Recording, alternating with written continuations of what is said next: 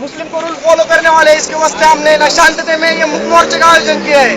तो जाते टाइम भी सब लोग शांतता से जाएंगे, किसको कोई एक भी बात नहीं करेगा, सीधा अपने घर को जाएंगे। अगर इस बात के बाद अगर किसका ये सरकार ने हमारे दखल नहीं लिया तो इसके आगे का मोर्चा कलेक्टर ऑफिस पर होगा और कलेक्टर ऑफिस के आगे हम उपोषण को बैठेंगे और सब भाई मुस्लिम भाई भी आएंगे। ऐसे मैं कोशिश करूंगा।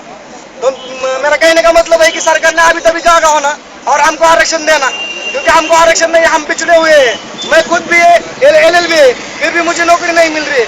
ऐसे कितने तो बच्चे हैं जिनको नौकरी नहीं मिल रही है। तो हम लोग क्या करेंगे? सरकार ने हमारे पर ध्यान देना कि हम गरीब है, अभी भी हमारे कितने क्लास होना अधिकारी है, जरा देखो, हमसे बात करो कि हम कितने क्लास होना अधिकारी है, कितने नौकरी को है, कितने प्यून है, कितने लोग है। हम सिर्फ सेकंड क्लास पे धंधा करते हैं, वो भी फल बेचने का ऑटो चलाते हैं, गाड़ी चलाते हैं, बस इसके ऊपर कुछ नहीं करते।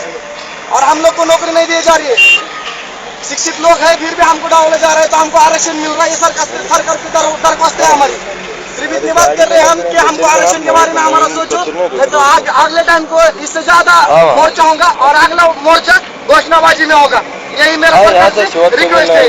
हम भी इंडियन है, इंडियन रूल जानते हैं, इसलिए स्पेसिफिक से रूल से बात कर रहे हैं कि हमको आरक्षण दो, बस।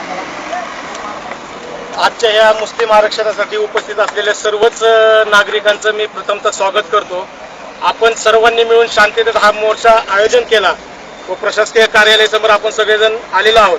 आपले प्रशासकीय अधिकारी माननीय ठोंबरे साहेब आपलं निवेदन स्वीकारण्यासाठी या ठिकाणी आलेले आहेत। मी ठोंबरे साहेबांना एक विनंती करतो की माननीय प्रांत साहेब काही कामानिमित्त मीटिंगमध्ये आहेत, ते येऊ शकले नाही, परंतु आमचे हे जमलेले सर्व जवळजवळ 101 युवक आहेत।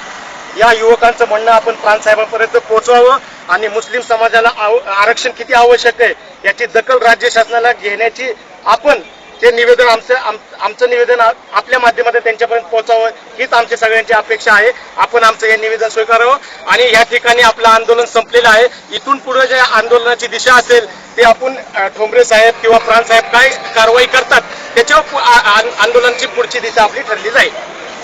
एक जो पुलिस सिस्टम ने जो हमको सहकारी करी, उनका भी हम तहे दिल से शुक्रिया अदा करते हैं कि उनने सब जगह बंदोबस्त रखा और सब पीसफुल शांति से पार पड़ गए।